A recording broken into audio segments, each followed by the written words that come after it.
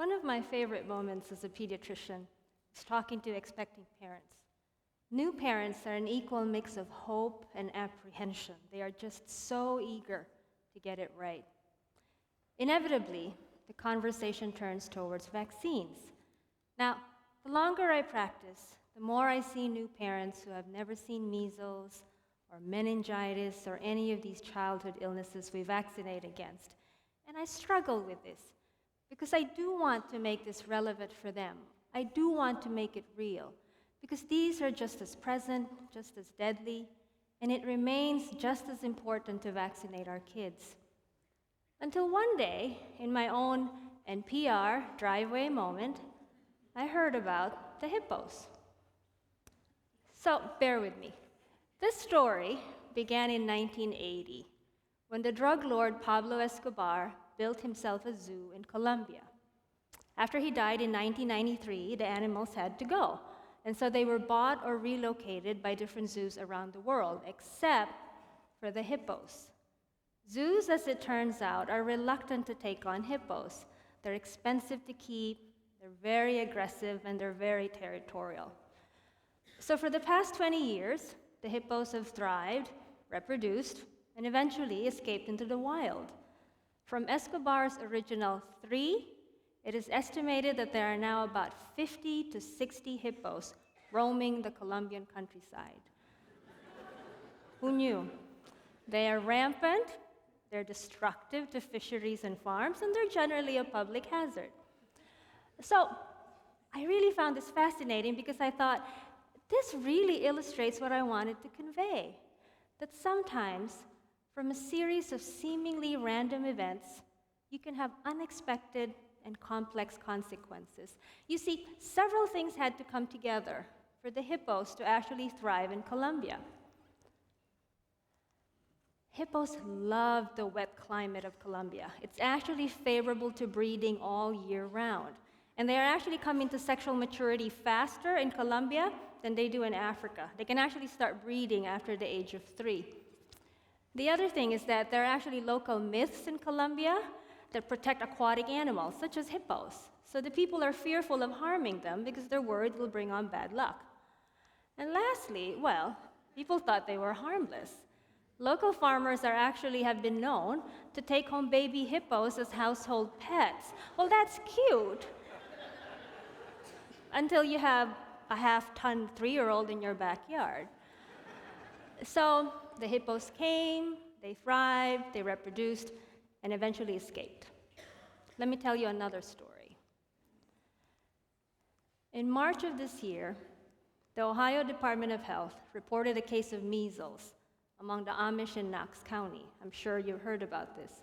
The pair that were originally infected had come from a recent trip of goodwill to the Philippines.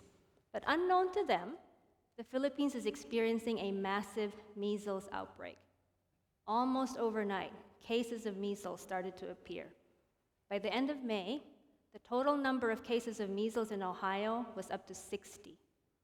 And by the end of the summer, Ohio and the rest of the United States were experiencing its largest measles outbreak since 1996. Close to 600 people in 21 states, representing 18 individual clusters, were infected. Most can be traced to travel or contact with someone who traveled to the Philippines. So how did this happen? Well, measles is actually a very contagious disease that can be spread by coughing or sneezing. In fact, in a single waiting room, 9 out of 10 unvaccinated individuals will contract measles if someone walks in and coughs. When the unvaccinated cluster together, such as they do in Amish country, that is an excellent opportunity for the illness to spread. It is, in fact, an opportune breeding ground. The second reason is that despite the fact that vaccination is highly effective, myths prevail in our communities that dissuade people against vaccinating. The most prevailing myth came from a 1999 paper that was published in the United Kingdom. It linked the vaccine MMR to autism. The journal later retracted the article because it found that its conclusions were fraudulent, but the damage was done. Thousands started to refuse to vaccinate against MMR in the United Kingdom and Ireland. measles and mumps cases started to rise. In 2006, the United Kingdom saw its first measles death in 14 years. This myth prevails today, and this myth continues to fuel anti-vaccine sentiment. And the last reason, and saddest, is that people continue to think that these illnesses we vaccinate against are harmless. We forget that before the vaccine was introduced in 1960, 3 to 4 million Americans would get measles every year. Close to 500 of them would die. Only by vaccinating as much as 90% of the population were we able to actually eradicate measles in 2000. But after 2008, that trend started reversing. More and more people started refusing. In 2008, the number of cases of measles in the United States was up to 140. This year, we saw our largest number yet, close to 600. So again, measles came, it spread, escaped into the population. But this time, unlike the Hippos story, we really could have done something to change that outcome. We could have just kept the population vaccinated. Immunizations are basic to how we keep children healthy, just as important as clean water, indoor plumbing, antibiotics. The development of vaccines has led to healthier communities, longer lives, and lower death rates. Before the 20th century, childhood infectious diseases were so common that every family could expect to experience at least one childhood death. We've changed that expectation. When we start our families today, we assume that all of them will grow into adulthood. And regardless of how you feel about vaccines, we all take for granted their benefit to us as a larger society. In fact, one of the more common reasons people choose not to vaccinate is because everyone else is doing it anyway. We take for granted that this historic innovation happened, and we take it for granted at our own peril.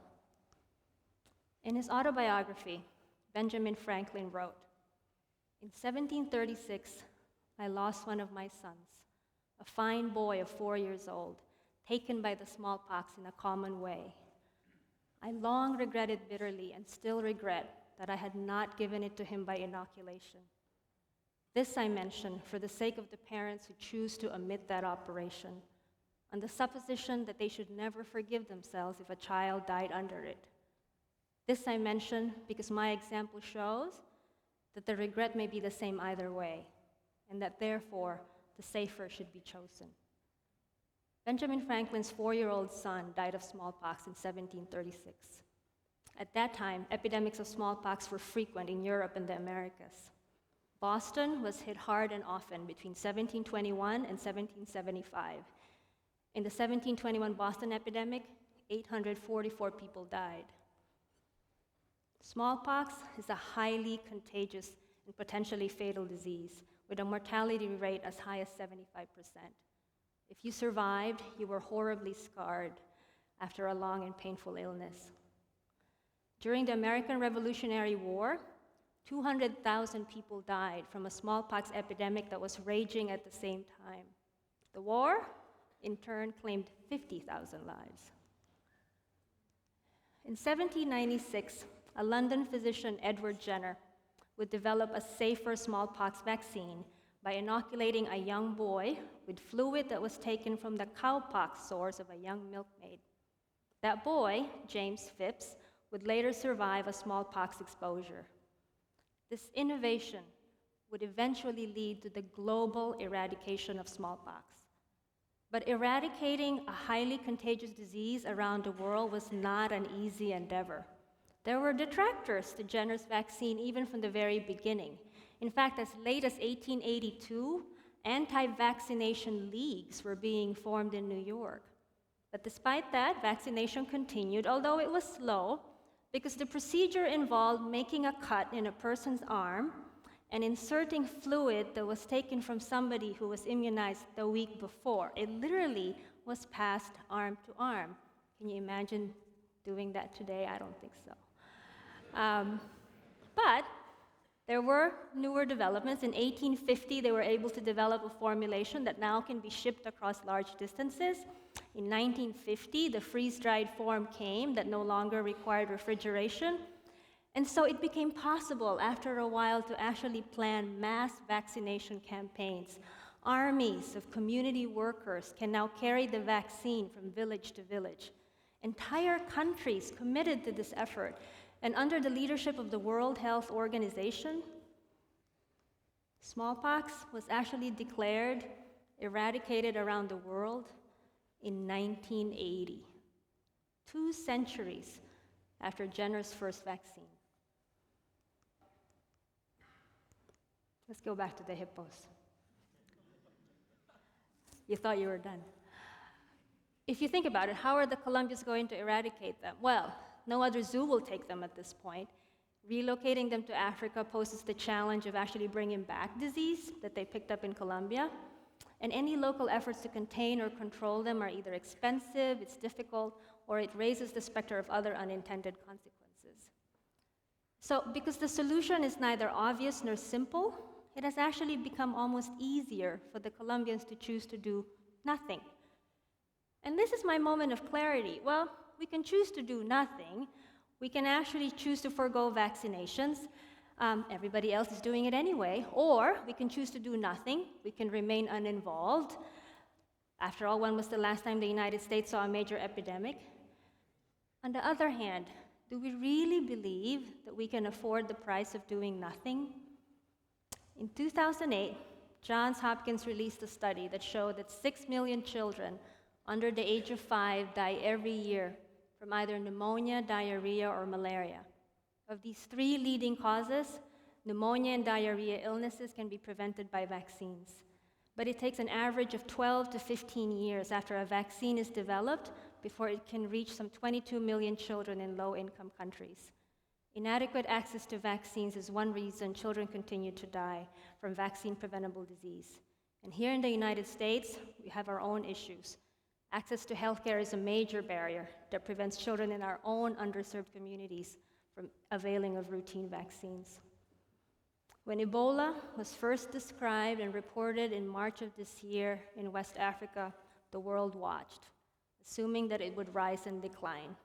After all, when it was first reported in 1976 in Sudan and Zaire, there have been close to 20 outbreaks, each one only lasting about 4 to 8 weeks. But this current outbreak has now been raging for 7 months, has killed over 4,500 people, and has infected close to 10,000. There is still no vaccine, and there is still no cure. And any efforts to contain it are sorely taxing local country resources. The direness of this situation, even before it made its way to our own United States soil, is a stark reminder that sometimes there are very clear reasons to tackle difficult decisions beyond our own self-interest. This ethical imperative was actually framed pretty eloquently in the New York Times article, that because sometimes the main reason to actually do something is the humanitarian reason. We may not have a solution for Ebola, but we certainly do for a lot of other illnesses, and that's through immunizations. Immunizations save lives and protect the healthy, but they also remove a major barrier to human and societal development. Equal access to vaccines is an end to itself. It is the most cost-effective humanitarian act we can get behind. And today, in this conference that celebrates the right to dream, can we imagine a world where every child has the right to health? Can we imagine a world where a child's access to vaccines is not held hostage by local politics, economics, or cultural myths? So having come around this whole journey with the hippos, I find that my message to parents is actually pretty clear. Vaccinate your kids. Avail of the opportunity living in a peaceful society affords. When you choose to vaccinate your children, you're actually choosing to vaccinate and protect your neighbors, your communities, and your schools. It is an individual, loving choice on your part, but it is also a collective, responsible one. Thank you.